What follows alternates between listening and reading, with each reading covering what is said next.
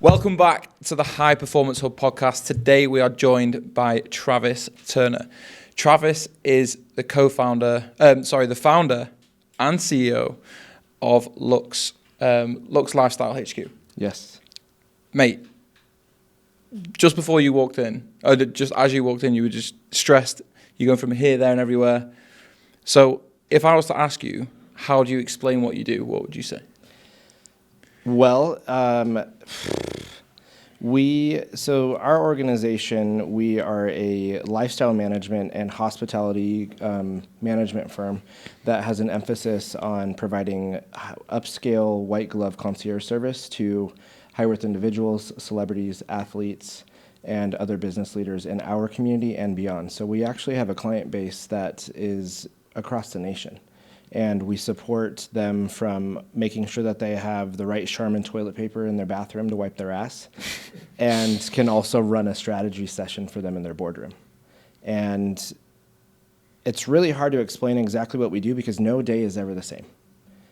Everybody's life is different. We all have different things that are happening on a regular basis, and that's what I really love about it. But the biggest thing is we do a lot of hospitality production, and we also do hospitality support. So one of my largest clients is the NFL, and we provide a white glove concierge service during Super Bowl week every year, and we manage all 33 owners of the NFL. And then this past year, in February, was our first time that we had the honor of managing all top 20 sponsors of the NFL and the Super Bowl for Super Bowl week.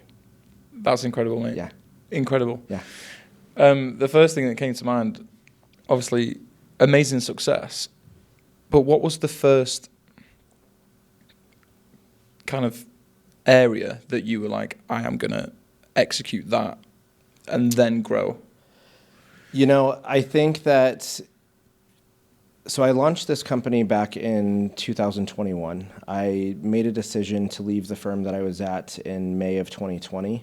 And that was a really ballsy move to make, especially 2 months after COVID started. But I identified that I enjoy making people happy, and I enjoy being able to find success out of that. And once I figured that out, that my love language is to see others happy, but also that's how I get my ROI, I knew that there was a product there. And so I took some time to actually build it out. And the first thing that I did was focusing on client experience. You know, what can I do for you? How can I make your life easier? How can I make it easier for you to focus on your common goals for your everyday life that can keep you going and functioning? And up until this last year, I had never spent $1 on any sort of marketing. Everything, 100% of my business that I've built and, you know, my book of business has been all referral based and word of mouth. And it's very important to know, especially in Las Vegas and beyond, to always know that relationships are the most important thing, and being a genuine person, and also the product that you deliver. Yeah, it's huge. Yeah, I really resonate with that. One thing many things I love, but the first one was serving people and making them happy and getting fulfillment with that. Yeah. And obviously when you give the energy out, it's going to come back. Yep. And that's the same thing with me being a coach. Someone turn around and be like, you've helped change my life. Yeah. Like, I'm done. I don't need anything else. Yeah. It's always an amazing feeling. And it's amazing when you just go into kind of leaving your old job and going on your own. Yeah. Especially in COVID, and especially as, I suppose it's not all events, like you don't have to be present, but more events is more work and more success. Yeah. So that must have been difficult in that period of time. Yeah, you know, it was tough for Las Vegas in general because we make our money based off of hospitality and people visiting Las Vegas. To see the Las Vegas Strip shut down for 78 days straight, and you could hear a pin drop, and you could ride a bicycle out in the middle of Las Vegas Boulevard, it was insane. And everybody in our hospitality community and everybody that prides themselves in hospitality, they all hurt. You know, so the way that we started was we started providing administrative support for top tier CEOs and other business leaders out there, because when organizations started to have to make cuts on their bottom line and they had to furlough individuals, that also meant that probably the first people that were going to go was support staff. And we were able to build a product that was on an hourly basis, or you can buy a bucket of an hourly package and use me when you need, and use my team when it was right and the right time. And people found that product very valuable, because you don't need somebody every single day all the time, especially when everybody's working from home and you're not able to go into the office and do things like that. So we found immediate success there, but then also, as we were able to host, 15-person events, 30-person events, we'd see the headcount raise, based off of the CDC guidelines and everything that we had. But ultimately, people wanted to be with people. People wanted to socialize. People wanted to have a reason to get together. So we started supporting them, throwing small events, doing dinners in backyards. I remember actually doing for my husband, his birthday, we did a Brycella. His name is Bryson, so we did Coachella theme, but we called it Brycella. And we were very strict, 15 people in the backyard. So we did a huge long table and set it up like you're, at Coachella, and just the whole different change. So, and we also pride ourselves in creativity, and so it's give me your dream and I'll turn your dream into a reality. That's what we say, is we make the impossible possible. I love that. Yeah. Yeah, and I suppose, especially with today's day and age, the trends are constantly changing. Yeah. People want different things all the time.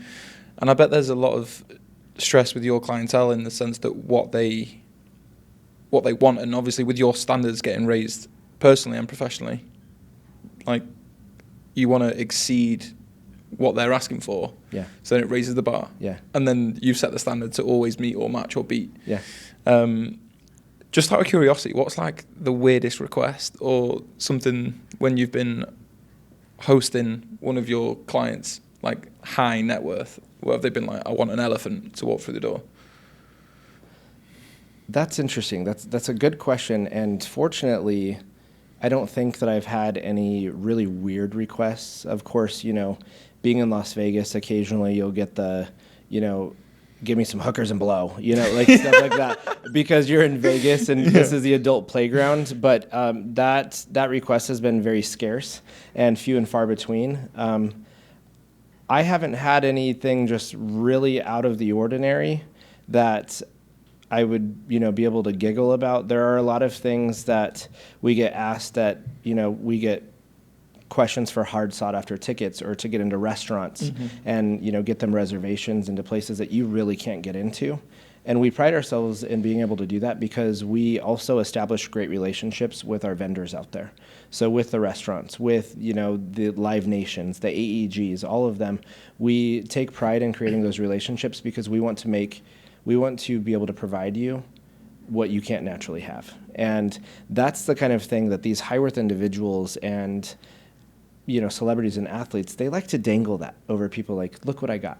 Look what I was able to do. And post a story on Instagram. Yeah, 100%. Like, oh, you couldn't get in there? I did. Yeah. And I often, it's funny, I had a client recently host a dinner at a restaurant, and then he gets to the restaurant and goes, shit, my reservation's tomorrow, and it's not tonight, and I'm here with 12 people. And this restaurant is, booked out. And I said, hold my beer. I can get you in. Called the GM, and within minutes they were in there. It's that kind of stuff and that's what makes my heart beat, and it makes me so happy. Yeah. To find that gratitude. Yeah, no. It's cool.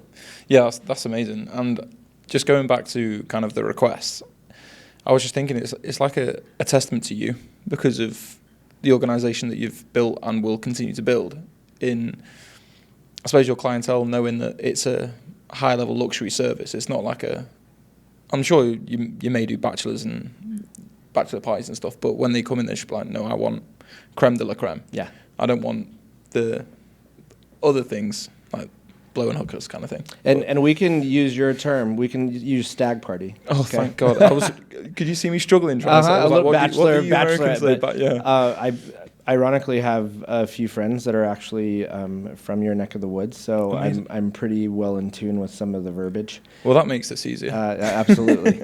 And sometimes when I get drunk, I tease them and try to talk as eloquently as you guys do. I love that. You'd be surprised. Well, you probably wouldn't be surprised, but how much I get that on the daily. I'm sure. Yeah. Absolutely. But it's also to me, I think of it as like they're jealous of it, or they just really admire because naturally when you hear somebody that has an English accent, you think, Oxford and very Cambridge and very educated and whatnot. So to me, it's a testament of them just being jealous that we're American and the slang that we use is just inappropriate. I love that. But yeah, we don't turn away any sort of event. Of course, there is a caliber, and we have a minimum dollar amount that we will accept to actually do it, because we don't have the cheapest service that we have, but it's because of the level of service that we provide, and we take pride in the service that we give. And we're not out to make business or to do something just to do it. And I've learned that the hard way.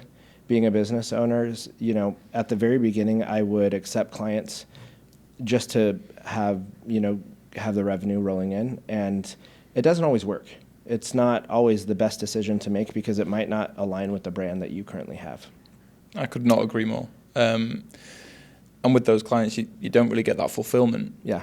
I suppose with whatever service you're providing, if they don't match kind of your ethos and DNA to where you want to take your organization, I suppose the clients that both of us or anyone that's owns their own business has had. Yeah. They kind of the top performing ones or the really polite ones that you build a friendship with set the standard for then people to come in and wanting to join the team or wanting to be a client. But just circling back, mate, with what you said about like building relationships and how important like communication is, I couldn't agree more. And I feel like I don't usually say like I'm good at many things, but with my communication, I feel like I've really developed that because I worked on cruise ships for 5 years. And we had new 5,000 people every 4 or 5 days from different countries, different cultures. So the way I would speak to you, I couldn't speak to someone from China or someone from Australia, for example. And there are different cultural values too. Like exactly. Some people you can't even look in the eye, based off of their culture. And I mean, that's tough. Yeah. So kudos to you for actually working on a cruise ship, because that's hard. Yeah. I mean, the pros weighed out the cons, and there was a lot of cons, but fair. I mean, got to travel the world and got paid for it. Yeah. And drank a shitload, but now we're here. So again, I'm just really interested in how you established yourself with all these kind of communication channels. Like you mentioned with that example with one of your clients going to the restaurant 24 hours before their actual reservation. Yeah. I think it's like, let me just call the GM. Yeah. Those relationships are built over time. Like, how do you go about doing that? Obviously, you just can't go to the newest restaurant, for example, in Vegas and be like, hi, I'm Travis. I did it, and they're like, "Well, sweet." Right, piss off. Yeah, I don't give a fuck. I've had many of you, out there. Yeah. So that's interesting. Communication is key, always. And while I would say that I'm a very emotional person naturally, I am very heartfelt. I could cry by the drop of a dime. I'm very, if you show me a Hallmark commercial or there was a grandfather one time on Walmart that was going to visit his grandkids, and that was a commercial that he was packing up for the first time to go see his and I'm sitting there sobbing, and my husband's like, "What the fuck is your problem?" It's like my mom, man. And I'm like, I'm sorry, just these things that are heartfelt just mean a lot to me. But then when it comes to communication, and especially in business, I don't get as emotional because communication is just simple, and it's a business transaction. Mm-hmm. And, in business, I can take constructive feedback really easily. I always ask, give me feedback, tell me what we can do to do better. But then when you transition it and I'm looking at people that I use as a vendor or a client to send them business or to help me benefit my business, I will talk to a wall until the wall talks back to me. I will convince somebody to give me the shirt off of their back. I'm very persuasive, and I am not afraid. Somebody says, that's the person that you need to know.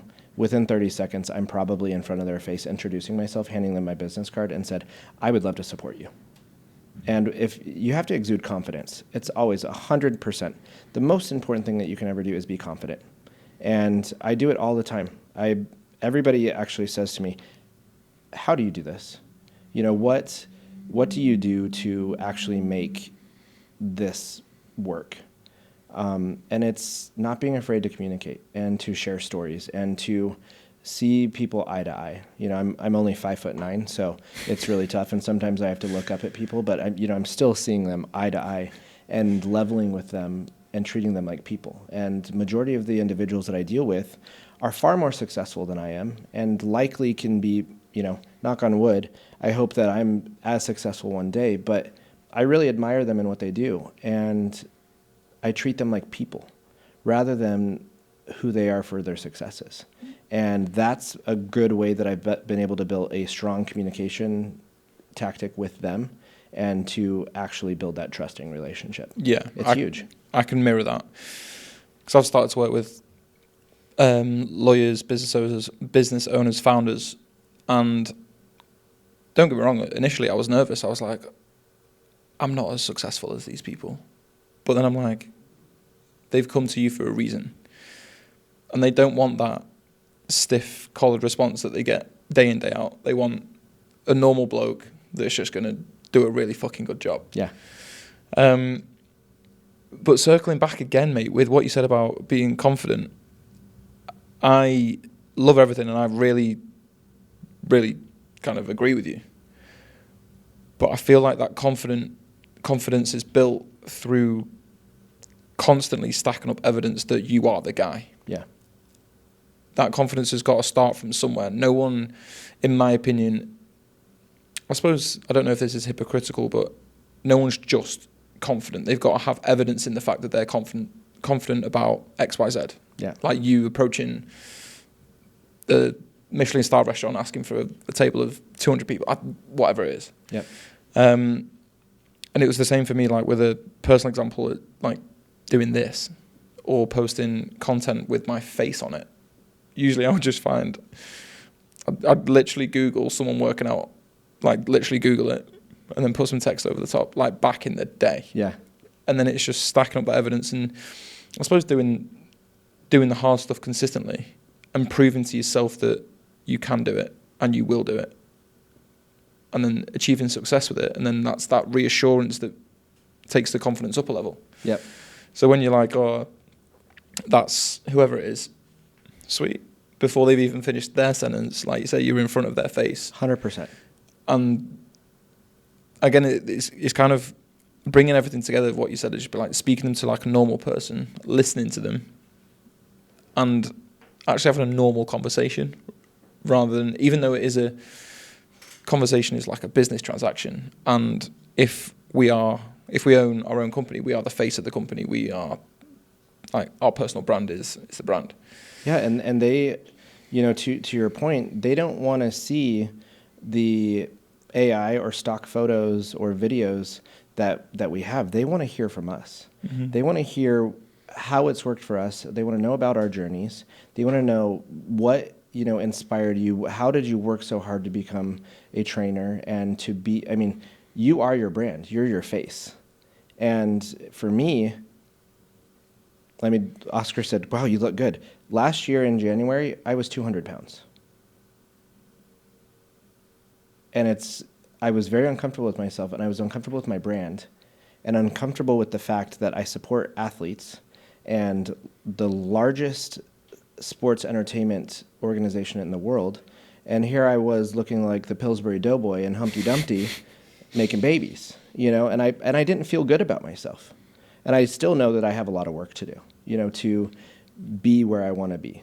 So living your brand and speaking it is huge. Mm-hmm. And being comfortable in your own skin. That's absolutely huge. And I guarantee you that you've probably had better success knowing that you're now putting your face out there and showing the results that you work hard for, and it makes people want to be more a part of the programs that you offer. Yeah, I feel like with that comes, I feel like, again, I don't know if how this is going to sound, but being a coach, being a trainer, you essentially, like, if I was going to hire a coach, I would want to look at them and be like, they're in immaculate shape, they're performing, they're high level, they're et cetera, et cetera. And I think with any business owner, entrepreneur, they put that pressure on themselves, whether it be with the organization, whether it be with their own physique, if you are a coach. Yeah. And I love that pressure. And it makes me learn more about how I coach, my direction with certain different people, and that links back to obviously the communication skills. But yeah, just building the personal brand is honestly something that I've really focused on, like this year, like launching the High Performance Hub from Tom Watts Training. It's more of a collective, it's more of a movement, in my opinion. Yeah. Because a fitness journey, as we've all been on before, can be lonely. Yeah. And I just want to literally drop kick that into next week. Yeah. Like, it's gone. Yeah. Build a community, build a team of like-minded individuals that compete against each other, because I think that's important. Yeah. But drive each other and also take the piss out of each other. Yeah. Because that's very important. I can't go through a day, mate, without having banter or giving or receiving shit or giving shit. Yeah. It's very, very important. And it makes the job fun. Yeah. And I always try and make the job fun. Well, you have to, especially in this journey of finding yourself and finding what works for you with your physical fitness, and, you know, being able to reach and meet those goals. It's huge. And identifying that we're human is a big thing. You know, last year, what I did was in December, I decided to hire a personal trainer, a nutritionist, and an executive coach, and they all started within 7 days of each other, because I wanted to look better physically, feel better mentally, and I also wanted to be a better version of myself for my business, for my clients, for my employees, for my family, for me. It should always be you first and foremost. And I found, you know, I had a couple setbacks. You know, it's tough during this journey of finding yourself physically fit, but also working hard at it. There were a couple of times that I decided to go to Taco Bell instead of going to the gym, you know. Yeah, that's fine. That happens. And then sometimes I'm going to the gym. Yeah. Whoa. Oh shit. There's that Crunchwrap Supreme, you know, which is my favorite thing in the entire world, right? But it was cool for me to identify with the coach that I had, which also, he's English. He's actually virtual. His name is Coach Jake. Pretty cool guy, but he was actually more of a therapist to me than he was actually my trainer. And we had check-ins, and on days that I would have, you know, mental instability and fatigue, he would work me through it. And then also tell me, hey man, I'm doing this for you, so it's up to you to put the work in. And rather than sitting here and dwelling on what you've just done, look at what you can change to make these improvements tomorrow. Yeah, that's one thing. Jake sounds like a good lad. That a lot of people don't realise, but being a coach, you are essentially that third party of support that will give non-biased feedback that is just the best for you. And we are essentially therapists, but not. Some coaches will be qualified. I am certainly not. But what I do is link it back into when I felt something similar. And I'll be like, this is what helped me get through this. This is what I found. Yeah. This is what I did and it didn't work. And just give ideas and let them think outside the box. And just have that direction. Because that's something that I didn't have, was direction, support, and accountability. We need your life experiences, you know, and we need to hear and understand you leveling down about you being a human too. You know, when we look at personal trainers and coaches, we naturally are like, gosh, they've just got it together. They've got a 6-pack of abs that you could just do your laundry on, you know, all these different things. But to hear the days that you have set back or the days that you struggle, that's so important to us, because you level down and show that you're human too. You're not just this robot full of muscle, right? Yeah, it's funny you say that, because I've got a photo shoot on Saturday with 5 of the clients. And I've not really. Yeah, I've been posting an update every single week with my progress, and yeah, I'm doing all right. But even though with that little caption I put in every single week, it doesn't scratch the surface of how tough it actually is. Combining with launching the High Performance Hub, launching this podcast, managing the team, and making sure that my service doesn't drop through all of that, and buying a new house. Like there's a lot, really successful, but there's a lot that's gone on. And I mean, I'm gonna do a reel and just be raw and just be honest with how I've actually found it. I was saying to Oscar before, like yesterday was a dark day, and it was just I had nothing, literally nothing. Didn't want to work, didn't want to walk, literally didn't want to do anything, mate. Yeah. And in those moments, again, this is like the experience that kind of I've built and building and reflecting on, is in those moments where I'm really, really struggling. I tell my wife, and she's that support, and everyone needs that support. Yeah. I literally just went on a walk for 45 minutes, and it genuinely just flipped the script, and it got emotional because I was putting music on. I love Chris Brown, mate, so there was a bit of Chris Brown on there, and it was just like, what you're feeling in that moment isn't essentially always true. And my therapist says, like, when you're feeling something negative or anything, take it to the thoughts court. No judgment, no nothing. Take that thought to court and then try and link the evidence to that thought. And usually it's just our perceived notion of this is why I'm doing this. I'm shit at this.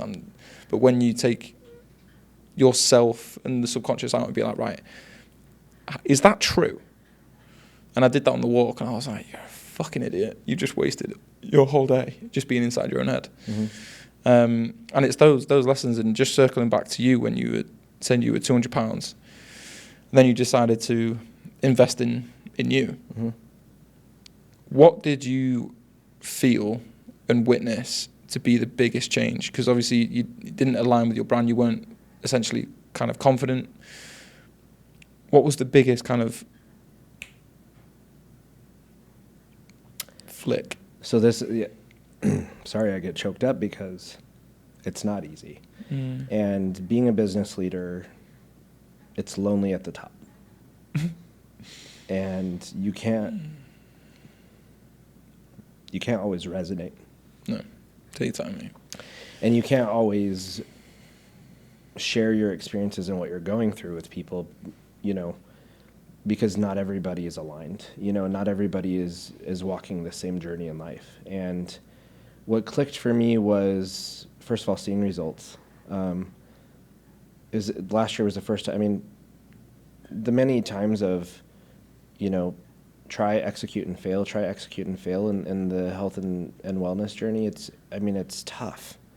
And being able to find exactly what works for you is huge. And it was for me actually seeing an actual result. And I had never in my life ever counted macros. Never understood it. Never cared to really. But being able to do that was huge. I started feeling better about myself. I was never naturally the morning type person, and I fucking hated mornings. I'm a night owl by trade. I love nighttime. I love bright lights and stars and just the ambiance of an evening. But knowing and identifying that being a business owner, sometimes you got to start super early. And when I also changed and got a new general practitioner, and I'm doing blood work regularly, and we're going through my, all of my levels, every single thing. My testosterone was low, my vitamin D was low, all kinds of different things. And now that I have a doctor also holding me accountable for results in finding health, that felt good. It felt good to have somebody on my side, on top of having the trainer and executive coach, because sometimes you need those cheerleaders. But what hit with me was feeling better about myself, and I truly felt like I was showing up differently for those that I care about. Yeah. And if I don't, there could be a day that there's no me. Mm-hmm. And I want to show up for everybody that I care for, starting from my husband down to my family, to my clients, my vendors, everybody. I genuinely care about everybody that touches my life. And if I'm not a positive version of myself, and if I don't feel good about myself, then what am I? Feeling those results were huge. It was, I actually love, my husband actually said this morning when we were driving home from the gym, because we go together, we go to the gym every day at 5:20 together. And he goes, can you imagine where you were a year ago, over a year ago? He goes, you hated mornings.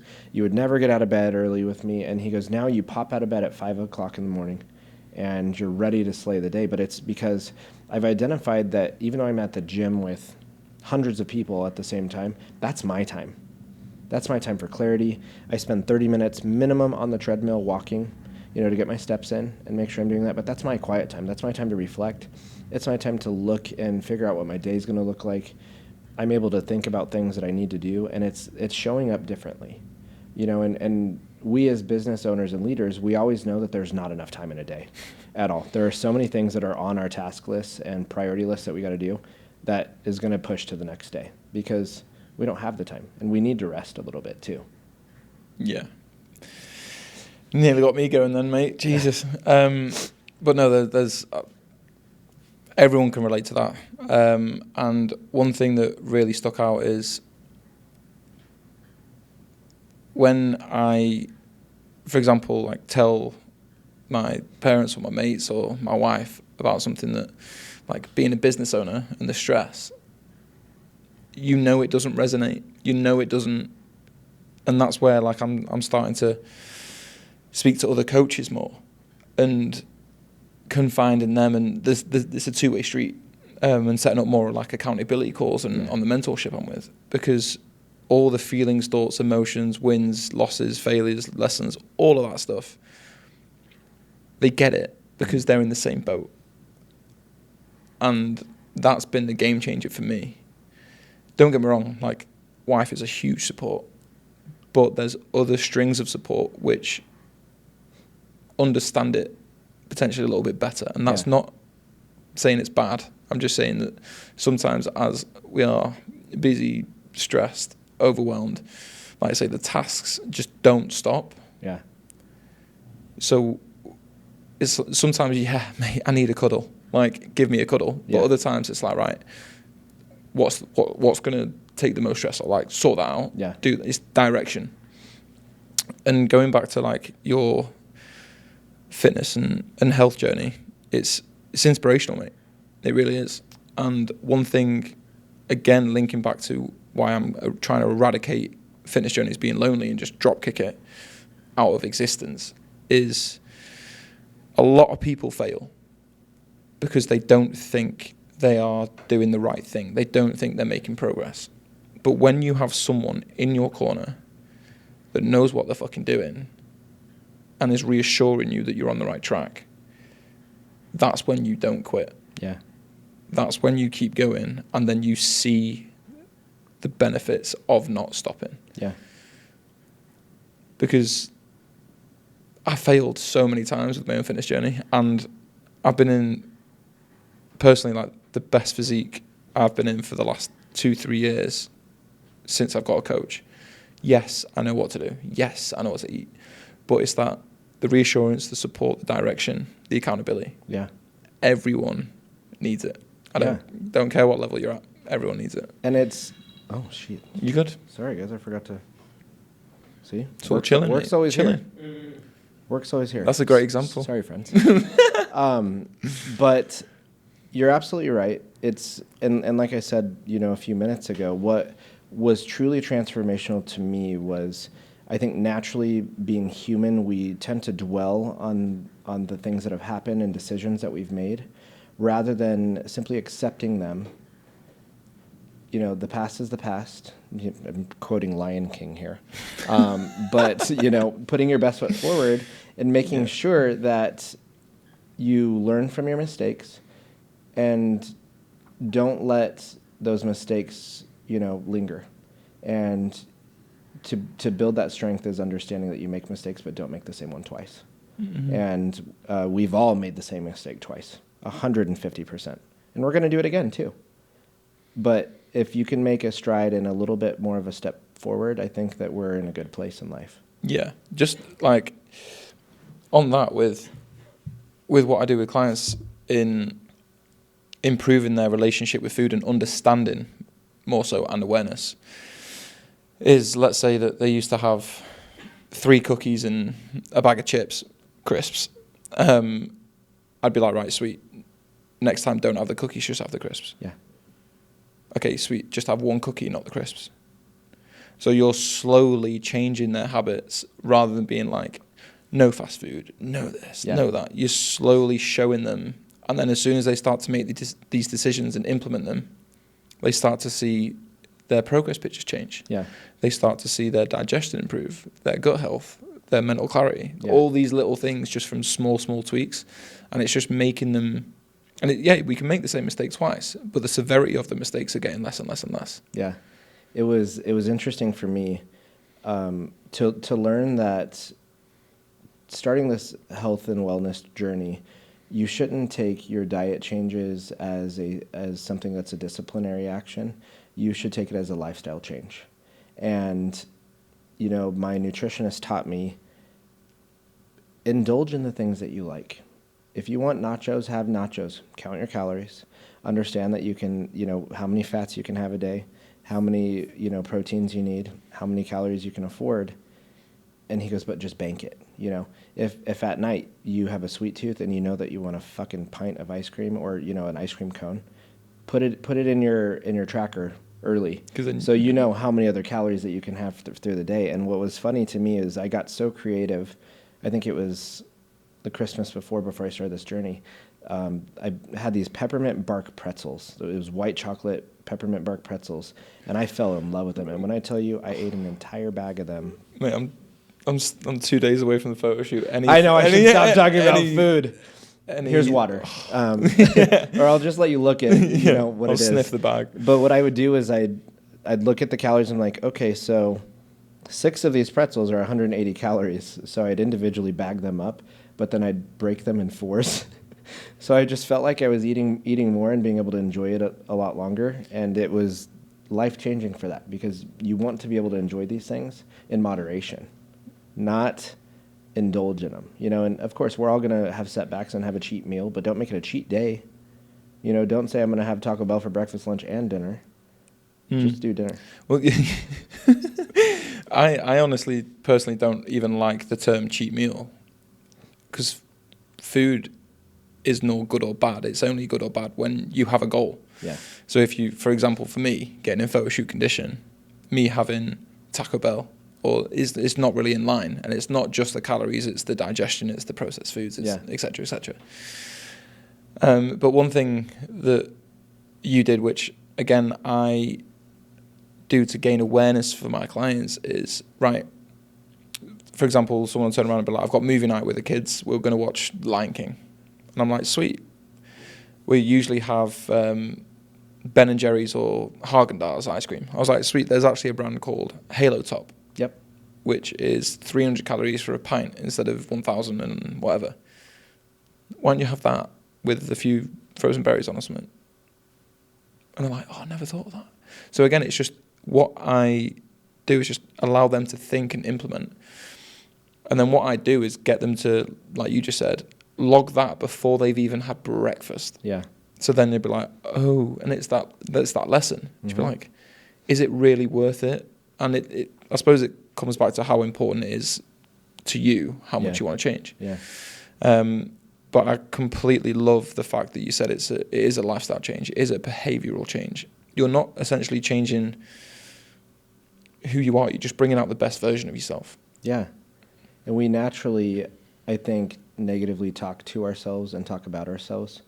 And a couple of things that I've done in the last year, a few different phrases that I've changed. Rather than identifying and saying, I have to do something, I have to go to the gym, you don't have to, you get to. I can afford this opportunity. My life is affording me the opportunity to go to the gym. I'm healthy enough. I don't have anything setting me back from being able to walk into a gym. And rather than saying I have to or I have to eat healthy, I get to. I get to eat vegetables and fruit because there are other people out there that don't get to do those things. There are other people out there that their financial situations only afford them to eat ramen and eat fatty foods and stuff like that, that it's a huge misperception, you know? And also what you said earlier about just, you know, the way that people can think of us. I've transitioned my mindset. Rather than worrying about people think of me, I say it's not my business what you think of me, because I know who I am. The way that you think of me is your business. Mm-hmm. That's your perception. I know who I am. And we're all human, 150%. And we're all going to have moments of weakness, and we're all going to have moments that we're just a huge dick. And, you know, but all that you can do is learn from it and to make up for those mistakes. Yeah, 100%. And one thing I've got from what you've been saying is, when you were £200, you did say you wanted to obviously feel better and look better, but would you say initially the goal was more body image, physique, how you felt in shirts, outerwear, right? And then now it's starting to, that's still important, and it's still important for myself, and I think it's important for everybody, because it's a big part. Well, social media is not helping, but it's, you feel good, you look good, all that stuff. But what you're kind of scratching the surface with, and well, not really scratching the surface, but now you're going into more health, how it's making you feel, your mindset around everything. And that is unbelievable, mate. I love that, because that's exactly what my kind of redirection with my coaching is. It's obviously the physical side, the nutrition, and then mindset and self-mastery. Yeah. So understanding that there's other benefits to being in good shape, going down a belt buckle, whatever it is, it's how you perform, especially for entrepreneurs, execs, business owners, how you wake up and perform each and every day, not just with business, but in your personal life. Yeah. It's, you should always want to feel comfortable in your own skin. And I found myself uncomfortable. I found myself really critiquing my physical appearance. Just like you said, like, how do you feel in your t-shirt? You know, I used to, for the longest time, the pillow that's behind me, the pillow used to just be right here in front of me because I was hiding my pooch. And now I don't have to do that. You know, now I can be a little bit more confident and say, you know, I'm skinnier. You know, I'm not where I want to be and where I need to be. You know, I still have a little bit of work to do to make improvements, but overall it's a comfort thing. And how you feel and how you represent yourself. I would much rather respect somebody in their line of work knowing that they care about themselves and they care about their appearance and they care about their health and what they're doing. And it makes it easier for you to do business too. Yeah. You know, I look at, it's weird. I look at people's hands, you know, and, you know, make sure that you don't have, you know, dirt under your nails. It's just, it's weird the things that you look at, because then you wonder, you know, what kind of a business person are they? Yeah. Like what service. Right. And what quality of service are you providing? Do you care for yourself? Do you care about your personal appearance and all of these different things? Yeah, absolutely. It's very freeing to have that. And of course, I'm not a judgmental person, but you think about those things as you evolve, and everybody has different walk of life. You know, everybody has different things going on. Always be conscientious and considerate of that too. You know, it's important to support one another and uplift each other and encourage them. Yeah, I think it's easier, or you have a better kind of approach to those things once you have gone through struggle, because then you can kind of be like, I understand. Yeah. I hear you. Yeah. I get that. Yeah. But going back to kind of you mentioned about kind of the body image, and mate, I said this to my missus before. I was like, what drove me for years to get in shape was I used to, in my own studio, it was actually 4 years ago today that I got the keys to my fitness studio in England. So then 4 years. Yeah. Happy anniversary. And then transitioned to online and living in Vegas. So yeah, bit of a win for today. I used to, and I don't think anyone else knows this, but what a place to say it. I used to video myself in slow motion, skipping, with my top off. Like, that's destroying. It killed me, but it motivated me. But motivated me in the wrong way. Because then every time I looked for motivation, it was the darkest source. I would look at that video and call myself did it get the job done? Yeah. But I'd call myself every name under the sun. Yeah. And I told my missus this, and she was just like, do you know how weird that is? And I was like, yeah, but that's just the way. Yeah. That's just what I did. And like, I'd sit down and like purposely slouch and take a picture and be like, you're a fat piece of shit. Get up. And now I'll never do that again. But now it's just like the personal growth and maturity as well. Yeah. Because if I found out one of my clients were doing that, it would hurt me because I know how I felt in that moment. I can feel your heart, like, yeah, and that genuinity for sure. Because one of the toughest things is self-sabotage, and I'm really good at that. Talking shit to ourselves. And again, I do that to myself too. I'm my own worst enemy, 100%. I'm the first person to ever doubt myself when everybody else has credibility in me, and there's nothing more that hurts than knowing that the insecurities that you have are the insecurities that you gave yourself, and the insecurities that other people don't see in you. And it's, being a member of the LGBT community, I mean, it's fucking cutthroat world out there. I mean, gay men have to be seen as beautiful and successful and attractive, and it's almost verbatim identical to what women go through. And the way that women self-sabotage themselves, but also are such mean girls against each other. I mean, it's the same way in our LGBT community, if not worse.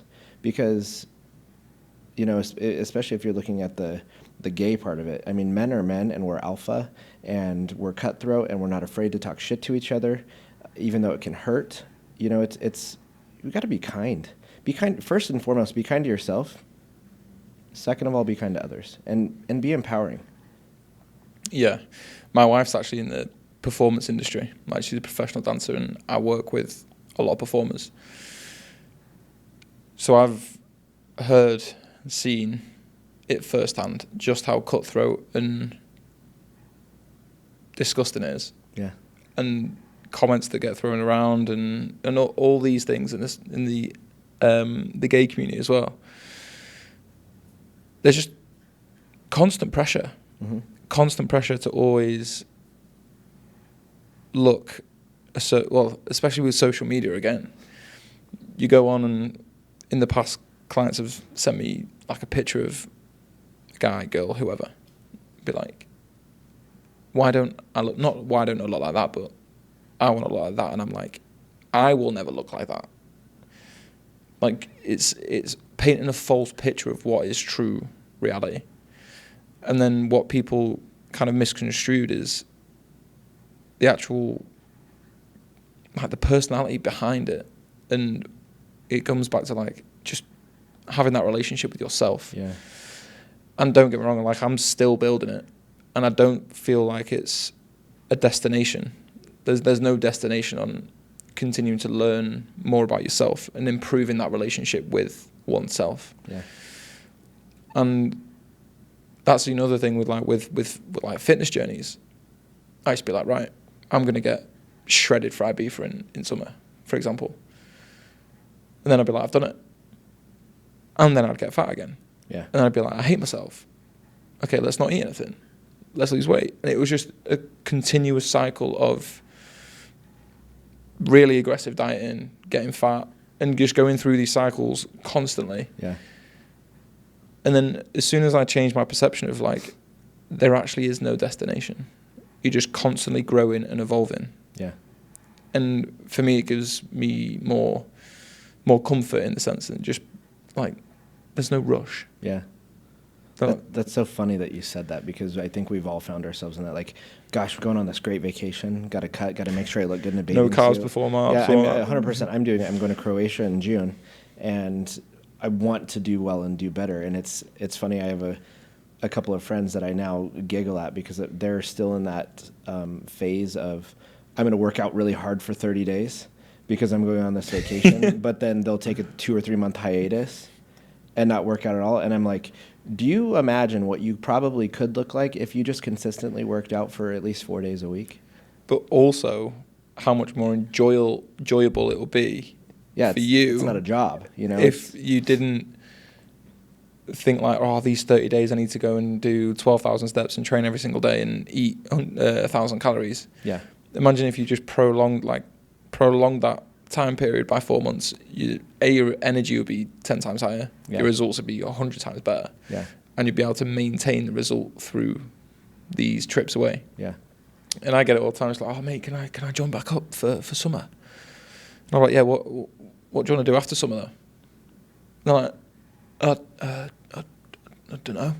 I was like, what's the goal past summer? Like, do you want to put more muscle? Is there a half marathon you want to train for? Like, they're like, oh, I've not thought that far yet. And I was like, have a think.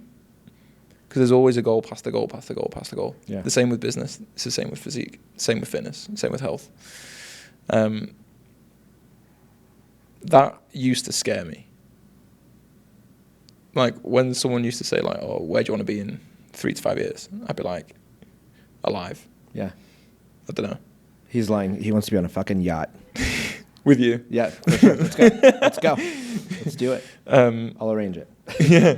You'll make sure we're doing all of our burpees every morning. We'll get in those like I've got budgie smugglers, mate, and there we go. Big shades. Let's do it. Ready to go. No, let's make that happen. So get me excited. Right. Gives us something to look forward to. Yeah. Always. Absolutely. But yeah, like I used to 3 to 5 year plans. I'd just be like, oh, I just want to get through the next year. Yeah. Like get through it. Not this year is going to set the tone for where I want to be in 3 to 5 years. And it's that growth mindset that I think is so important. Not just for entrepreneurs, business owners, for literally every single person to have. Yeah. And question yourself like, what if? What if I actually did achieve that? How would that feel? And then start to think about how it would feel.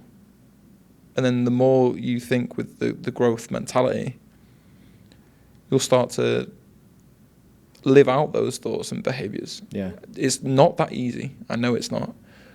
But it all starts up here. Everything starts there. Yeah. And it's tough to know, where you're going when it comes to growth too. And it's, a lot of times as you grow, you're going to, the people that come and go in your life are going to change. And it's going to change often because you want to continue to align yourself with people that also have the same common goals as you or also are doing the same sort of things to better themselves. And that's, first of all, talking about being lonely at the top, being, a business leader and owning a business that you're responsible for, but also knowing that some people are probably going to, exit your life. And it's not anything, personal. It's just simply that your values and growth have misaligned. And that's also that's been a tough thing to manage too. And to know that there are people that have meant something to you in your life, but know that everybody comes and goes in your life for a reason. It's that was the phase of your life that you needed them. And, you want the best for everybody, but not everybody's on the same track. Mm-hmm. And not everybody's growing at the same pace. And that's okay. It's okay to identify that and be gentle and give grace to it too. Yeah, that's very important. Yeah, understanding and giving grace to that situation, because I can relate to that. And I think anyone that's experiencing growth and success with whatever they're doing has to go through that. Yeah. You can't be surrounding yourself with the people, for example, you left high school with. Maybe some people can. But I know for me, it's not like I've never speak to them again. But I suppose it helps being in Vegas and not England. But it's, again, a recurring theme that everyone that's sat in that chair has said is surrounding yourself with the right people. Yep. And it's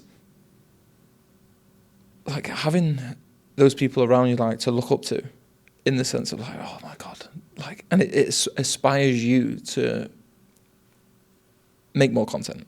Yeah. have more conversations, put yourself out there more, go get a haircut, like put more pride in yourself. Yeah. And then if you don't do that, and there's no kind of aspiration, that growth mindset that we mentioned, then you're going to be left behind, and you're going to be wondering, like, why is everyone being successful and I'm not? Yeah. And I've been in that position, like, kind of sat there and just being like, oh, I'm satisfied. Yeah. And now I've learned to love to hate, if that makes sense, the word satisfaction. Yeah. Can't fucking stand it. Never satisfied. You should never settle. You should never feel satisfied. You should feel proud. You should celebrate your wins and celebrate growth. But when you're satisfied, that means you've settled. Laziness. And you should never settle. Yeah. You should always say, okay, now I want to do this. You know, and that phrase and saying of, you know, if you want to be a millionaire, you should surround yourself by millionaires. To me, I truly believe in that too, because they empower you, and, you know, watching their successes and just listening and understanding how you can grow based off of experience and leaning on one another and talking about what's right and what's wrong, it's super helpful. It's huge. Yeah. And again, just having this conversation is like, it's inspiring me, and I love the emotion and all the knowledge bombs and insights you've been given. And one thing that I love is, doesn't matter how successful you are, as in like with the people that sat in this chair, we all struggle with the same thing. And we all go through the same thing. Yes, albeit on different levels and different like kind of areas. But if you break all that down and just go to the core, it's the same thing. And one thing that I love is having that, building this environment and this network where you feel comfortable in that. Yeah. Like what we mentioned before about kind of confiding in people with their own businesses and entrepreneurs that understand when you are going through a tough time. They'll be like, listen, this is what I did. And it's given advice from when they were in that exact situation. So then I'll be like, right, I'm going to try and implement that. Yeah. If it works, that's a lesson learned. If it doesn't work, she'll be like, sweet. So that part of it did, that part of it didn't. And then you just make it right for you. Yeah. And again, I fucking love it, mate. It's, you know, a lot of people equate vulnerability as a weakness. And on the contrary, it's actually a strength. Not being afraid to share your emotion, share your vulnerabilities, and share your experiences is huge, because, you know, I didn't know that I was going to cry today. We already know. I gave from the get-go that I'm a crier, but I didn't know that it would have come out of me like that. But it also made you comfortable to be vulnerable too. And you said, all right, I'm going to be vulnerable. You know, and there's something so beautiful about that if you can create that comfort, you know, we can learn from each other. We can share our experiences and said, you know, I've been through this and this is what's happened to me. That just because the experiences that you've been through doesn't make you who you actually are. And a lot of people need to know that. You need to know that what you go through in your life, it's not going to be the makeup of who Tom is, who Travis is. It's just simply helped us develop and continue to develop, because you should never settle with who you are. You should always aim to be a better person. Yeah, very well said. And with vulnerability, and that's like, I suppose like one of my biggest things when I'm speaking to clients, and even on calls and stuff, like they'll tell me that they've struggled with their weight. Before I ask them, okay, what have you actually been struggling with your weight? They should be like, I've been there. You feel tired. You're unconfident. When the wind's blowing, I used to walk like this. All these little examples that I've went through, you can actually see them or hear them just like kind of take a deep breath and just relax into it. And it allows the call just to be between two people that want the best out of that situation or occasion or whatever that makeup of business, transaction, relationship, communication, whatever it is. And it also just, it makes the conversation a lot more enjoyable, because then you're not overthinking of what you're saying, how you're saying it. And that's kind of one, like, this to be just like chill. Yeah. And swear if you want to swear. Like, bring Taco Bell if you want. I won't judge you. Next time. But I'll bring Taco Bell after you're done cutting and after your photo shoot, right? Yeah, you know, please. Yeah. But to be fair, at the start of the shoot, shoot prep, I had Lamia, who owns her own bakery and personal trainer. She's insane. She brought cookies, mate. And I put the box down there, and every time like I moved, I just got a waft of like Oreo cookie. I was like, I'm 3 weeks in. This is sabotage. Yeah, for sure. I definitely had one. Wow. Yeah, it was. It's tough, but we're nearly there.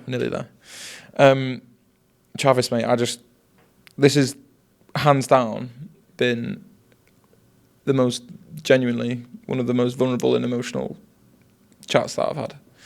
I just want to say thank you for being so open, mate. I really, really do. Thank you. And again, people have seen another side to me, and you've allowed that to happen.